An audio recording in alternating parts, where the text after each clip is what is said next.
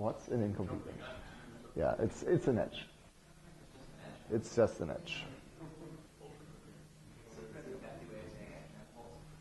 Singular edge manifolds, because you can make it complete by multiplying or dividing. So by dividing the metric by x squared, the metric, as a Riemannian metric, becomes complete. It's still called edge. And so actually I should either use incomplete edges or wedge singularities. Yeah. All right. You ready, Boris? I hope so. All right. So the next speaker this morning is Boris Vertman. He will talk about higher codimension elliptic boundary problems. Thank you very much. First of all, I would love to thank the organizers for giving me the opportunity to speak at that conference.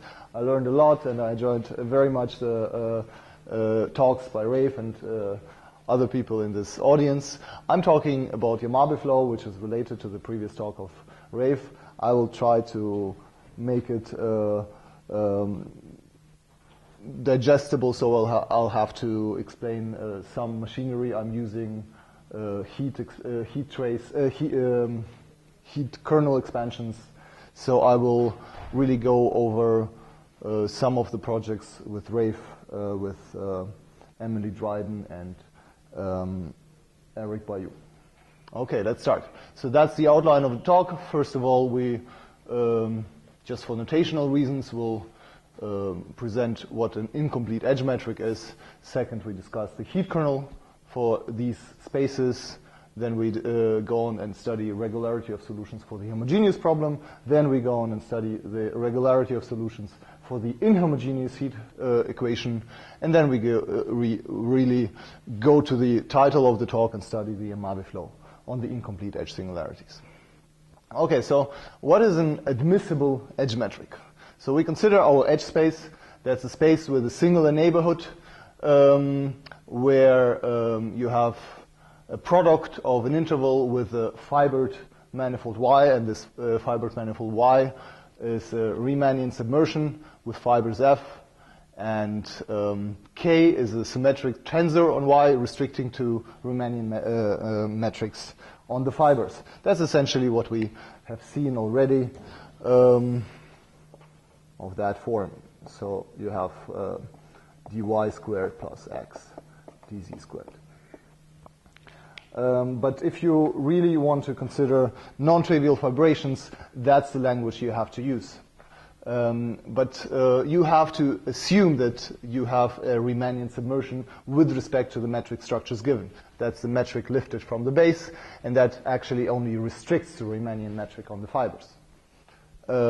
If, of course, you have a trivial fibration, this is just, simply a trivial edge, and you have just a metric on the base and the metric on the fiber. But it need not be trivial. That's the reason we kind of use this fancy language.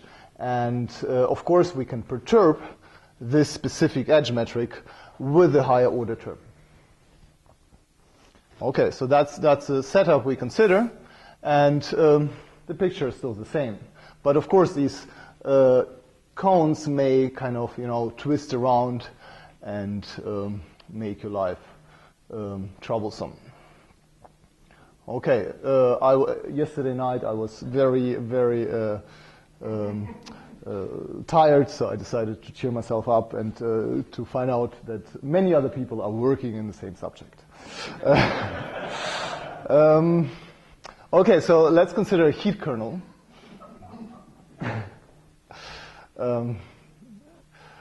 So we consider the Friedrichs self-adjoint realization of the heat kernel and of the Laplacian, on such an incomplete edge manifold, and it is, as we know, a function of time variable and space variable, and it's living on such a space. Right, so maybe that's rather x and x tilde of the point.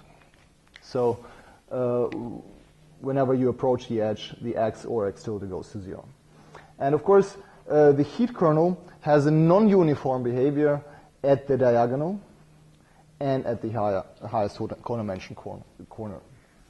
And that's the reason we need to consider special coordinates around these two submanifolds with a non-uniform behavior.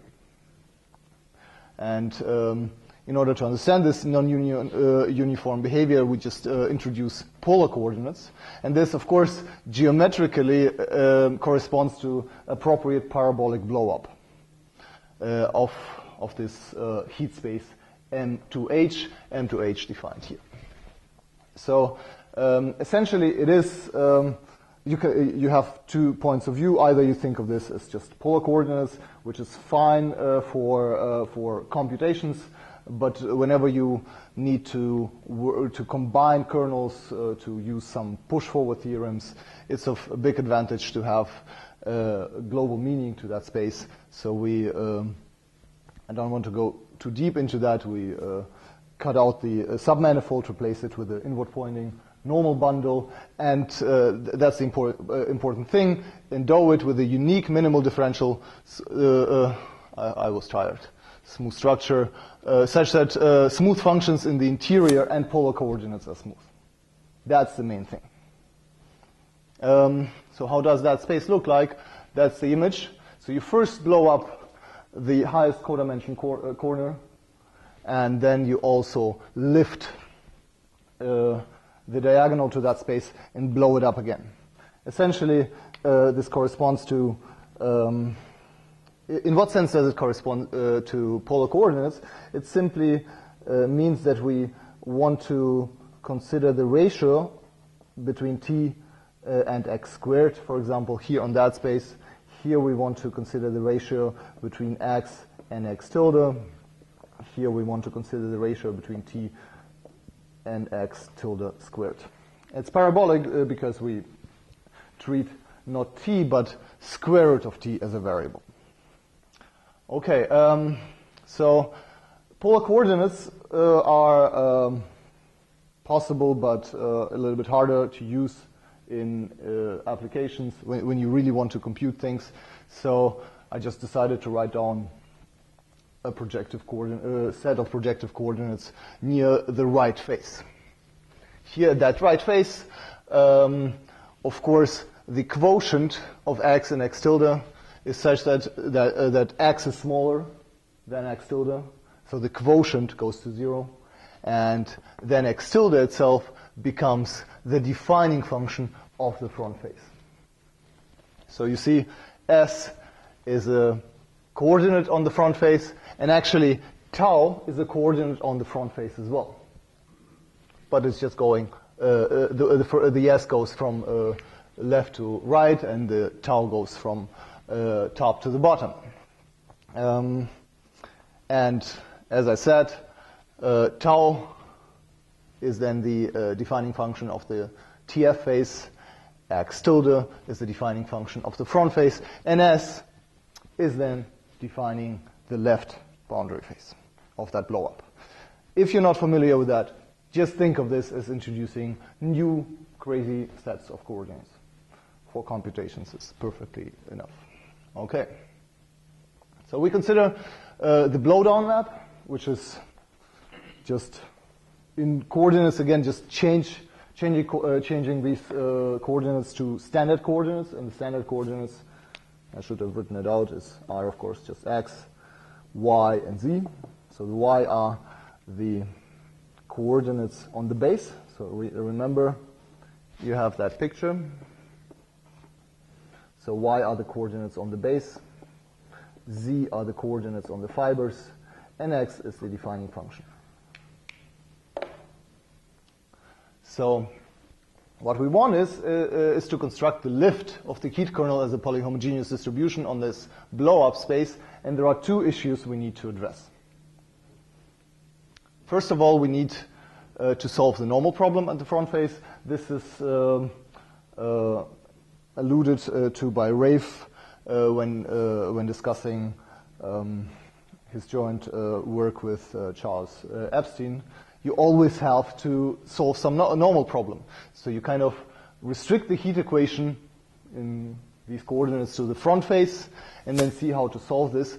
And the important thing is that if the edge metric is admissible, so if this fibration of cones is a Riemannian fibration with respect to the metric structures, then the normal operator of the Laplacian splits into a product of a model conical operator and model Euclidean operator.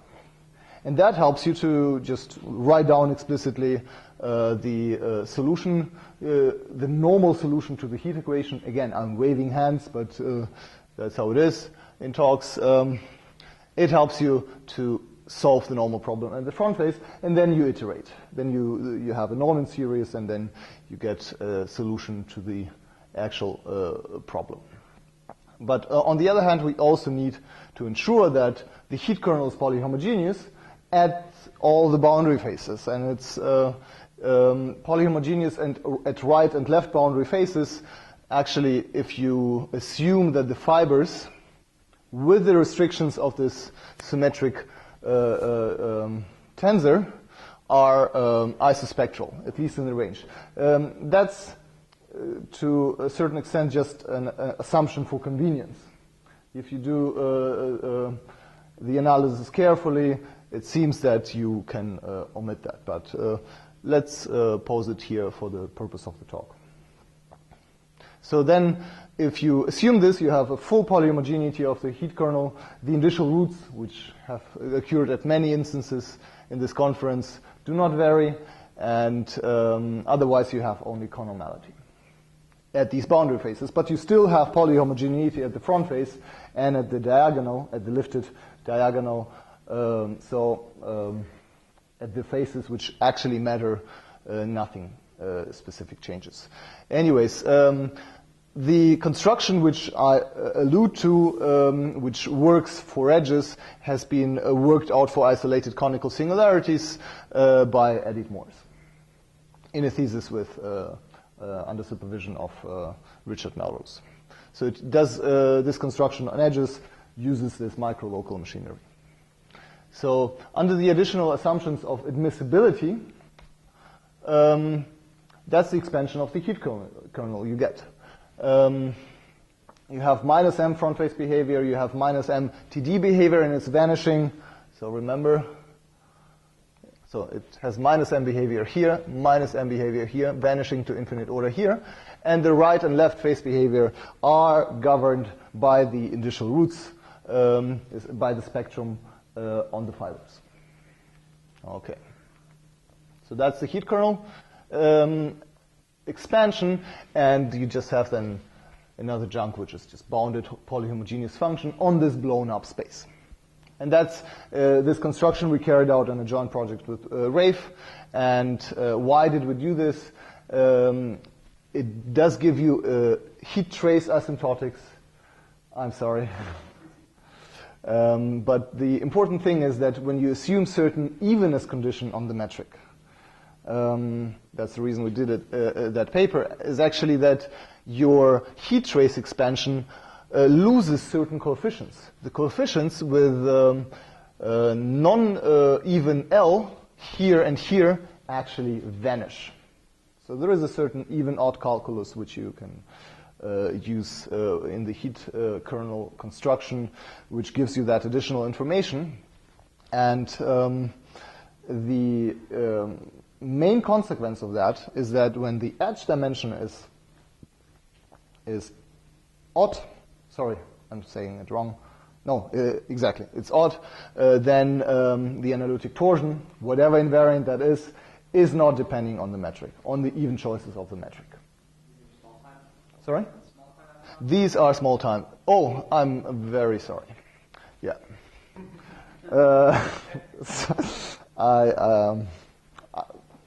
Life is hard but unfair.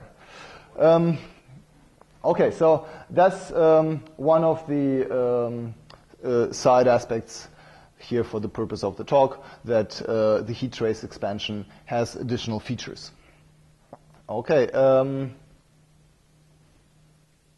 Now we go to the second part of the talk, using heat kernel construction, you can do much more things. You can study solutions to the homogeneous heat equation, then we study the solutions to inhomogeneous heat equation, and that's exactly what you need in order to show existence of the Yamabe flow. So I'm not posing the wonderful title Yamabe flow and talk about things which are not related. This is really directly leading us to the Yamabe flow question. So let's start first with this observation that heat kernel construction gives you understanding of the mapping properties of the heat operator without convolution in time. So just solving the homogeneous heat equation. So motivated by the work of Paul Loya and Talia Jeffries, which have studied mapping properties of the heat operator on B manifolds and on conical manifolds, we now consider the heat operator associated to a Laplacian on an incomplete edge manifold with certain algebraic boundary conditions. I call them algebraic boundary conditions because they actually are arising from the classification of boundary conditions in the conical singularity, and it's not that all of the boundary conditions for the Laplacian are of that type, but a specific class of them is. So we consider these algebraic boundary conditions, and we consider the Laplacian on differential forms. So for these Laplacians, we find out, establish specific mapping properties. For the purpose of the talk, I will forget about algebraic boundary conditions. I'll just discuss briefly the Friedrichs extension, and for the Friedrichs extension, on functions, let's just not think about Q-forms. There is some subtlety involved. On functions, these are the two spaces you would need to consider. They are not even weighted, so you have to introduce weighted spaces if you consider other boundary conditions. But here, just make life simpler. These are the Sobolev kth order Sobolev spaces where you require that the kth order of edge derivatives is still continuous. So what are the edge derivatives, I should say? Okay, this is simply x dx, x dy, and dz. These are the edge derivatives. Edge vector fields. So you want to consider a function which is smooth up to x equals 0, and you require that its edge differentiation is still smooth up to x equals 0. Continuous. I'm sorry. Now the Hölder space is defined simply by considering these quotients, and the d distance is of course taken with respect to the incomplete edge metric, and in the singular coordinate neighborhood, it is equivalent to the following metric. So dg of x, to the following distance, x tilde, y tilde, z tilde, is then simply x minus x tilde squared plus x tilde squared times z minus z tilde and y minus y tilde.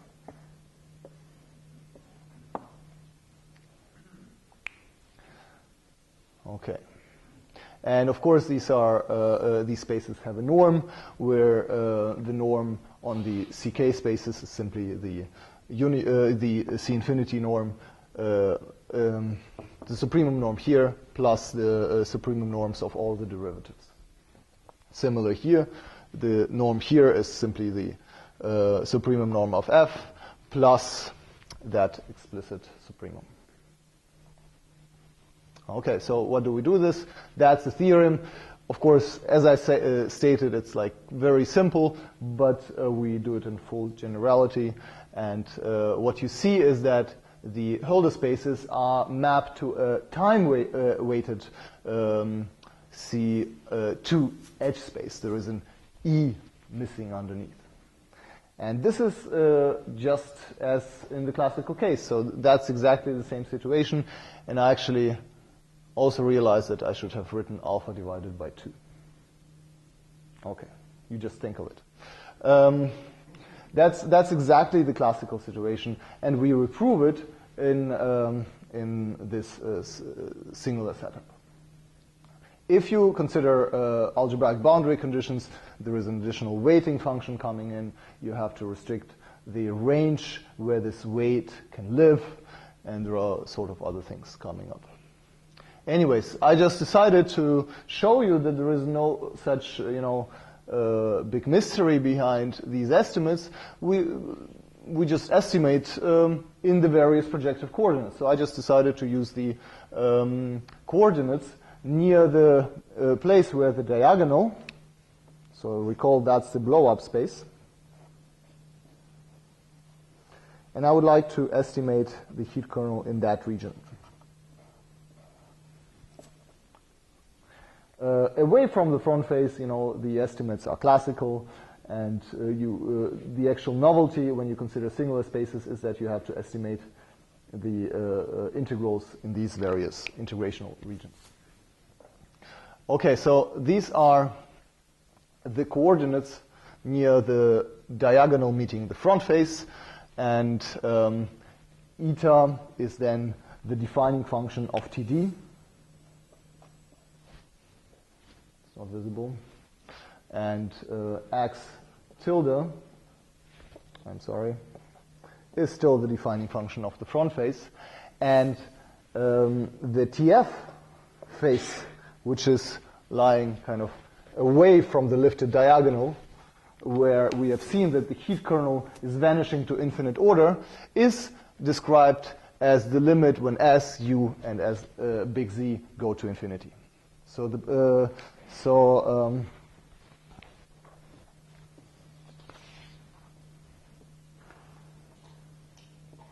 TF kind of is when S, U, Z go to infinity. TD is when eta goes to 0. FF is when x tilde goes to 0. That's the boundary faces which you need to take into account. So now you study the H vector fields, because if you want to map it into the C2 space, then you have to see what is the impact the H vector fields actually have. So you write down the H vector fields lifted to the blow-up space, which simply means that you change coordinates. If you just trust me, then you see these results. And the most important thing is that here you see the singular behavior. These are the reasons why later on we get a singular time weight, because you divide by eta, which worsens the TD behavior by a power of 1. Sorry? The TD defining function is square root of t divided by x. Okay, but yeah, after all, it turns out to be t to the power of 1/2. Right. But it worsens the power of the defining function.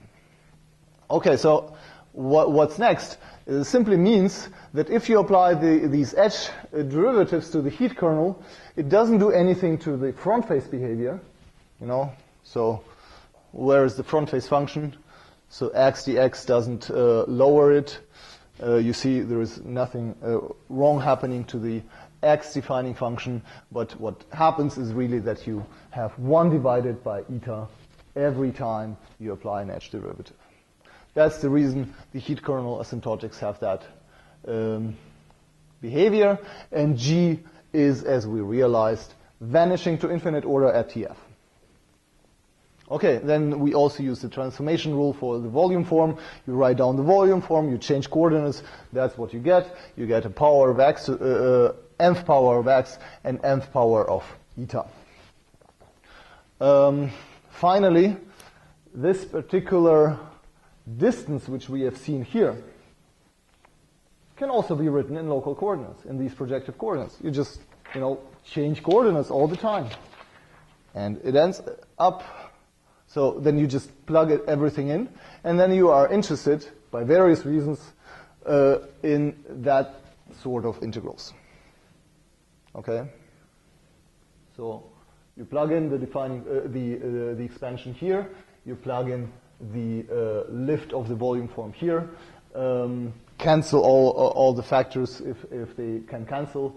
And here, that difference, since f is a Hölder function, that's what you have to assume. You're letting the heat kernel act on the Hölder space alpha. So you can estimate the difference by the norm times the distance. And then using the lift of the distance, you write the distance in local coordinates, in projective coordinates. That's what you get. So you see the x behavior, kind of cancels, and that's the wrong, the bad eta behavior at TD. And you cannot do anything about it. The eta behavior, if you change it back to classical coordinates, gives you exactly t minus 1 plus alpha divided by 2. That's the reason. So this singular time behavior in the mapping property of the heat kernel actually does come only from this specific estimation. All the other corners are estimated fine. So that's, I decided to give you a taste of what these estimations look like. And again, as I said, in the general case of differential forms and general algebraic boundary conditions, we require weighted spaces, and estimates are indeed more tricky, but similar in spirit. Okay. I should have said that this is jointly with Emily Dryden and Eric Bayeux.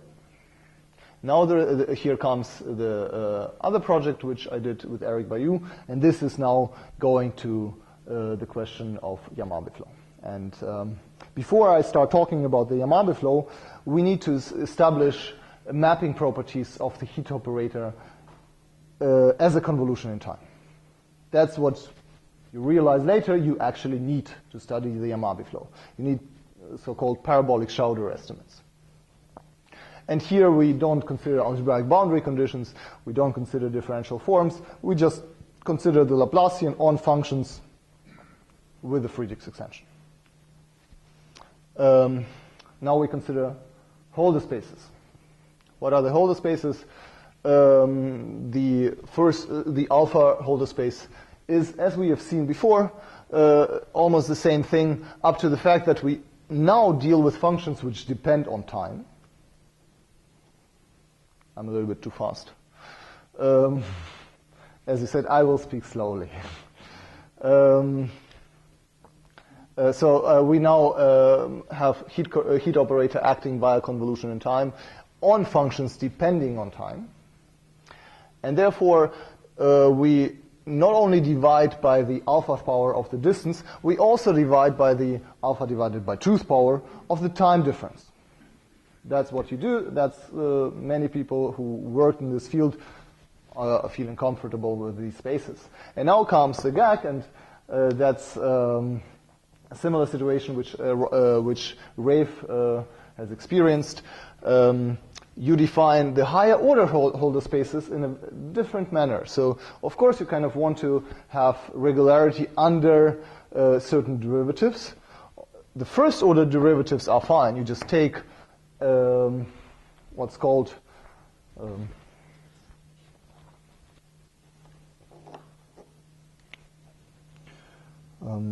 x minus 1 h vector fields, and the h vector fields are simply, x dx, x dy, dz divided by x minus 1. That's what you get. And the only second order differentiation which you allow is your Laplacian. And you want all these derivatives to be in the Hölder space alpha.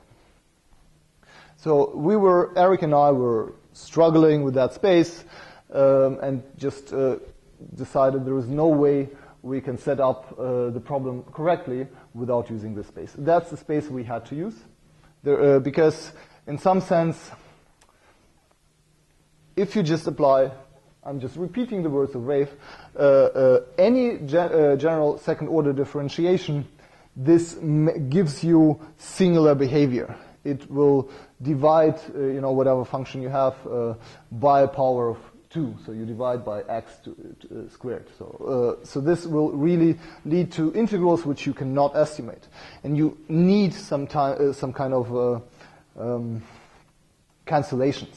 So these singular terms have to cancel, and this actually happens only if you apply the Laplacian. And we were very happy, very pleased to find out that in this independent study of Kähler-Einstein metrics, exactly the same problem appears, and it seems that these hybrid Holder spaces are the natural things to work on in whatever singular problem you are dealing with.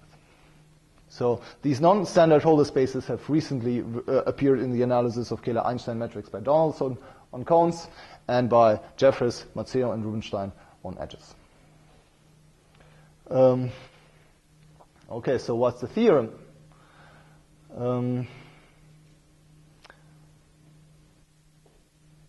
So we have the Friedrichs heat kernel on an admissible incomplete edge space convolving in time a variable. Maybe I should have written out what exactly it means. It means that if you apply the heat kernel to a function depending on time, and this is simply h t minus t primed p primed f t primed.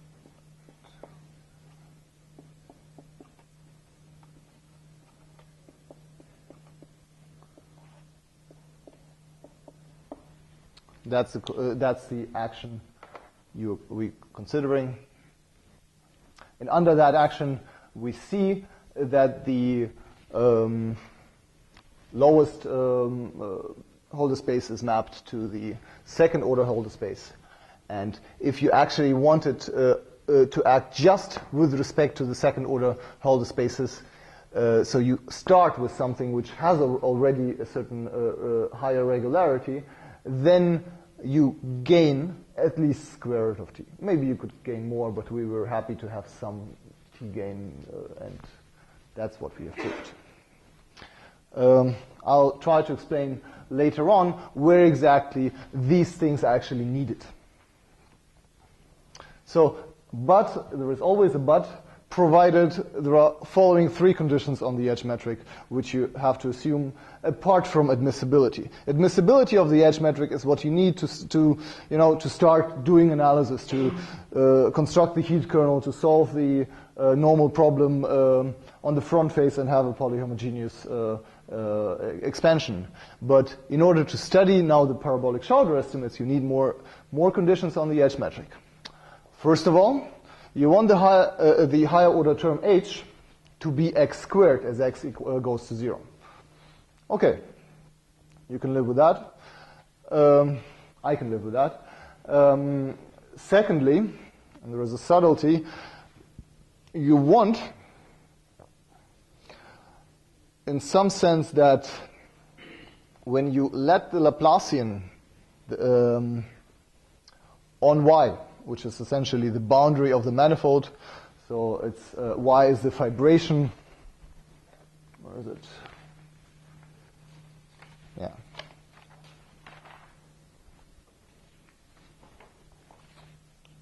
So recall that's the edge manifold.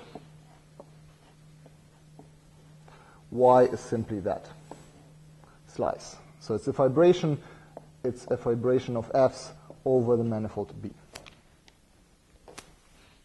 Okay, you want this the Laplacian associated to that vibration with this metric to act in a way such that when you take a function which lives purely on the base, what do I mean by that? I want a function which does not depend on z, which is fiber-wise constant. Then I want this function. So you lift it to the y, you let the Laplacian on y act on it. I want it to be a lift of a function on a b again. So I don't want to have z dependence. Now, of course, you may ask, where does this appear? The example I know of is when you have a fibration which is, how do you call it, fiber-wise geodesic. Yeah, no, geodesically, totally geodesic. Yeah, so exactly, that's the word I was looking for. The correct name for that fibration is that the fibration has totally geodesic fibers. What does it mean? It means that if you have a geodesic which is tangent to a fiber, then it should stay in the fiber F. And under that condition, actually, what you get is that Laplacian U acting on a lifted function is nothing but a lift of the Laplacian B acting on U. So you get what you want. And the second thing, so that's, I must admit, has not been used in, it seems that it didn't appear in what Rafe has been talking about before, but it did appear in other related work by Jörn Müller. A thesis by Jörn Müller actually does use a similar kind of property. But he was discussing fibered cusps, so a little bit different problem. Still, in this different problem, he was having to deal with exactly the same problem, which he solved by posing this restriction. The final condition you want is that any spectral, any eigenvalue which is non-zero on fibers is actually big enough. You can always get it by scaling the metric. And that's, again, very many things which I say have appeared in other projects. You just want the initial roots to be scaled high enough. So, and this condition actually helps me in the sense that the heat kernel then living on that space, as you approach left face or right face, has an expansion which starts at 0, and the next term is 1 plus some alpha 0. That's what you get. So you want it to be a little bit higher than 1.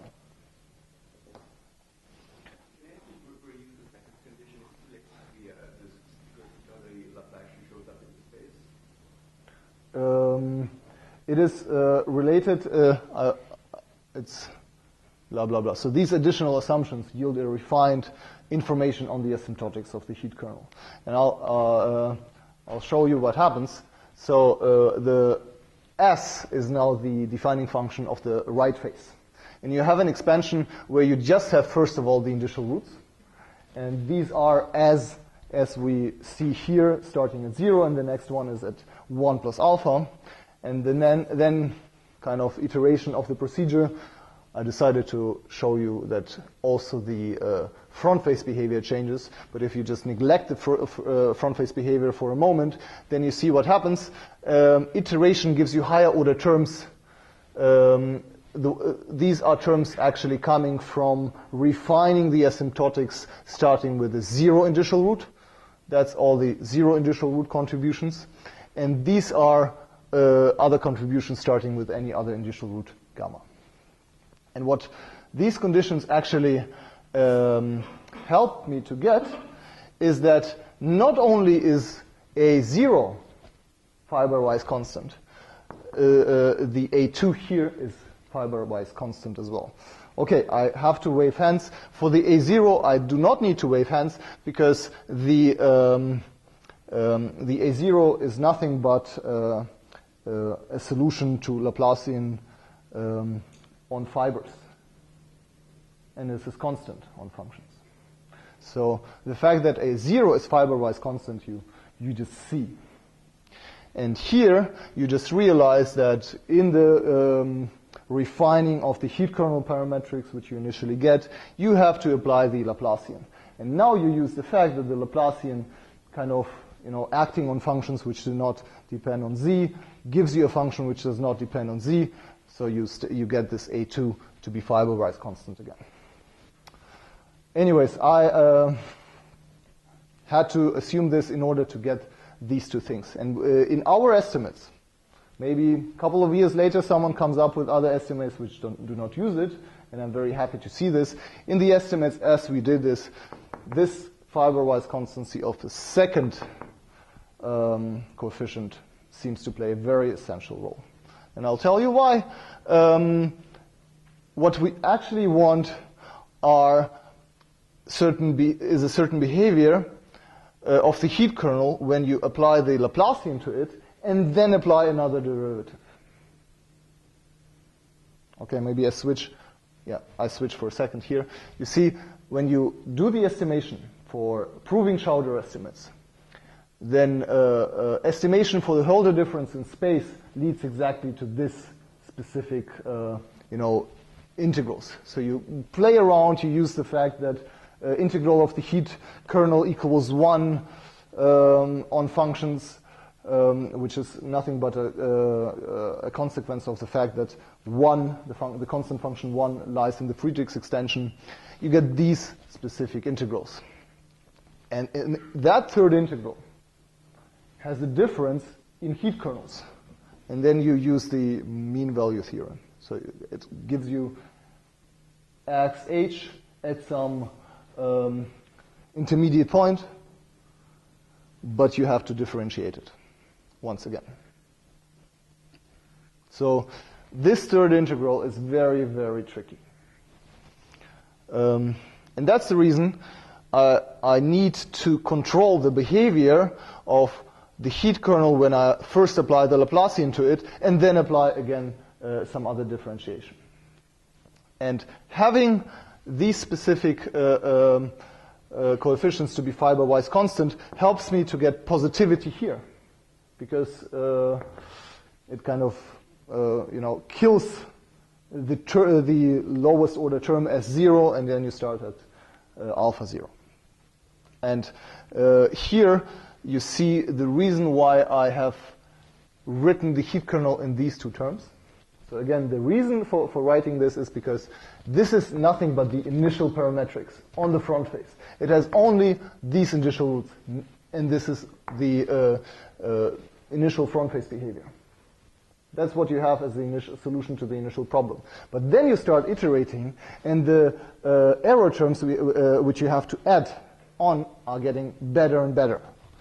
And this means that you have kind of better and better behavior in X order. And of course, higher order behavior in S. And when you split it in these two terms, then you find out that when you differentiate this by X, then you get, for the first term, for this first summand, quite a bad behavior in X tilde. So it's getting worse by 2. But you have a good behavior in S. You have a positive behavior in S, and this is the little tiny thing which you need in order to continue with the estimates. Now, when you consider that one, the problem is that the Laplacian kind of, doesn't act so nicely on these terms anymore, and you get a bad behavior in S. This behavior in S gets singular. And this is the point where you actually need to realize that the heat kernel has these two terms. This bad behavior in S tilde in S is not that bad because we have a better behavior in X tilde. So you see, if I didn't split these, I would have the worst behavior in X tilde, and I would have the worst behavior in S. And I wouldn't be able to estimate. And what turns out that if you split, the bad behavior in X tilde is still, manageable by the positive S power, and on the other hand, the negative S power is still manageable by the fact that X is a little bit better. Okay, I'm not sure whether I can say anything more, but that's the reason you need these things. And if you didn't have this third integral, you might have managed to do everything else without this additional assumption of totally geodesic. But you do have this integral, and the splitting of the integrals is exactly the strategy which Ladygensky have used. Ladygensky, Salonika, Foraltseva, in their big book, which you read on night when you cannot sleep. So that's the strategy we are following. Okay, and that's maybe answering this question why one might want this, only because of this particular behavior of the Laplacian, we have constancy, fiberwise constancy, and this behavior of differentiation of order 3. Okay, so now let's start talking about the Yamabe flow. So keeping in mind, that's what we prove. So if we start with a lower regularity result, regularity function we get here. If we start with a higher regularity function, we get still something of higher regularity, but we also gain a T behavior. Now, on a compact manifold, the Yamabe problem asks that every conformal class of metrics contains a representative of constant scalar curvature. There are several proofs of that. One is using PDE techniques. The other is using Yamabe flow. That's the Yamabe flow. And you can then use appropriate normalizations to show that it converges to a constant scalar curvature metric. And of course, it's natural to wonder to what extent this holds in other settings. And now I refer to the recent work of Akutagawa-Botvinnik for the Konni case, and to Jeffrey Rowlett and Akutagawa, Caron, Mazzeo for the Yamabe problem on very general stratified spaces. This is the talk we had before.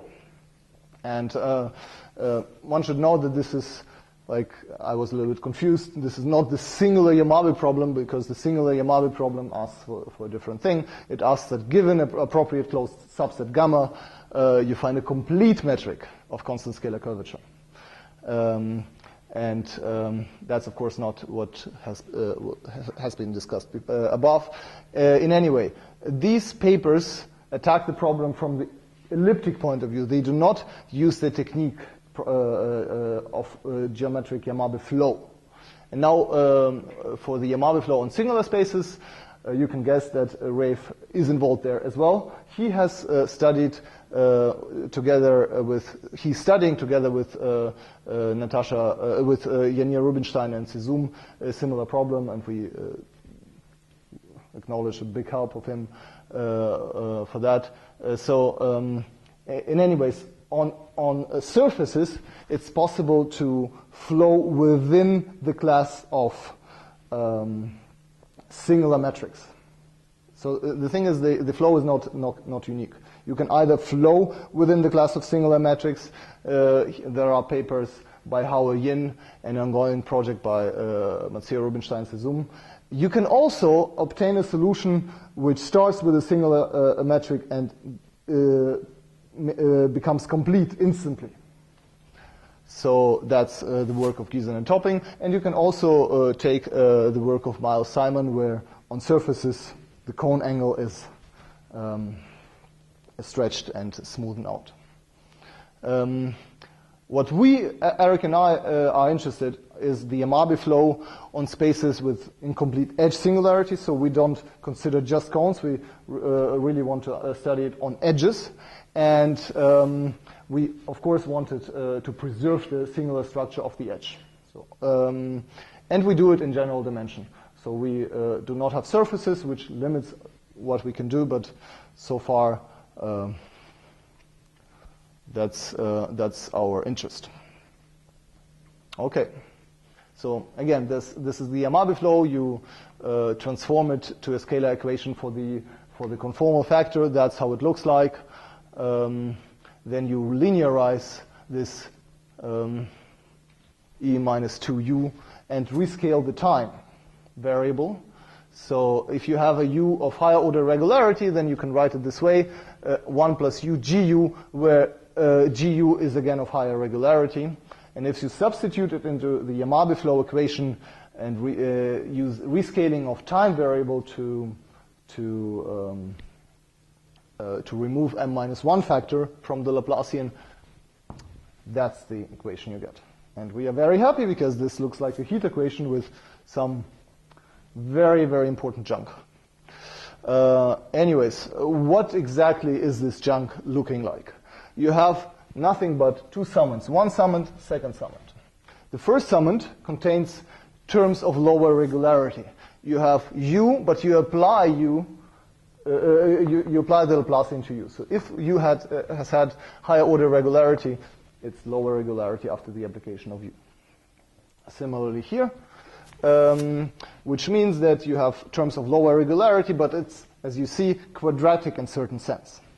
And the second sum we had to assume is of higher order regularity, so we need to pose another condition that the scalar curvature of G0 is of higher regularity.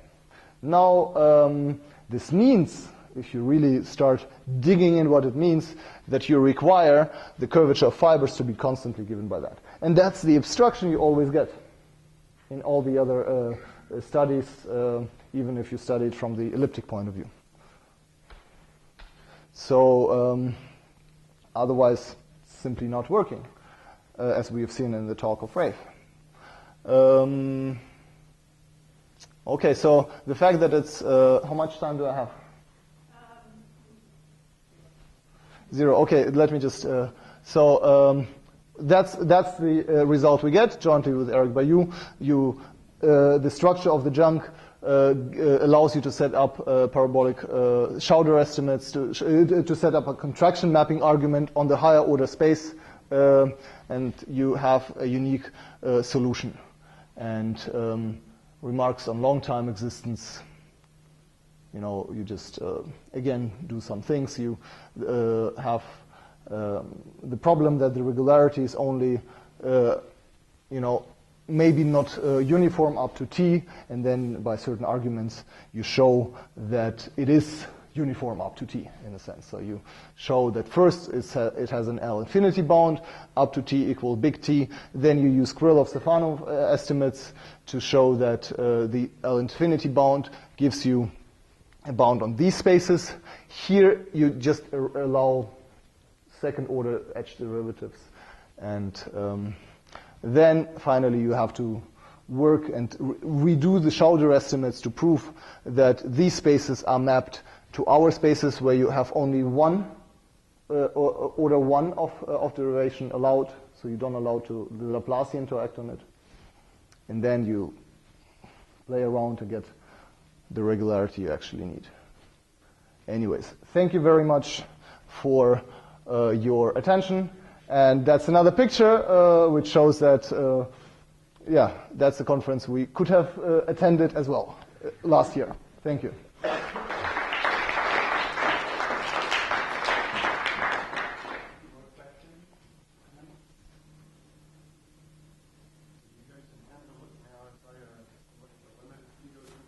Yeah, so we, the short-term existence is finished. The long-term existence is written up. We're checking the details at certain places. One has to be very careful, but I hope that this will get out soon.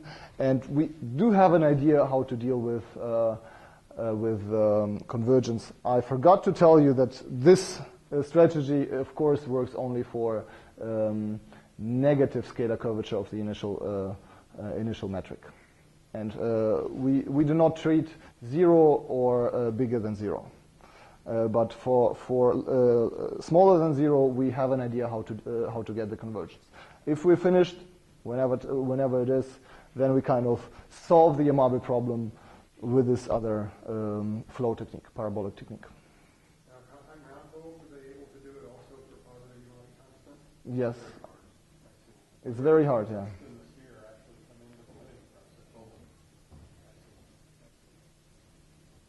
So we are kind of. Eric is very anxious that I should always emphasize we are doing it for the easier case. I mean, now up here we start with sort of high data that it's extremely subtle, to avoid sort of getting hung up on the whole system. Any more questions? Not, thank you again. Thank you.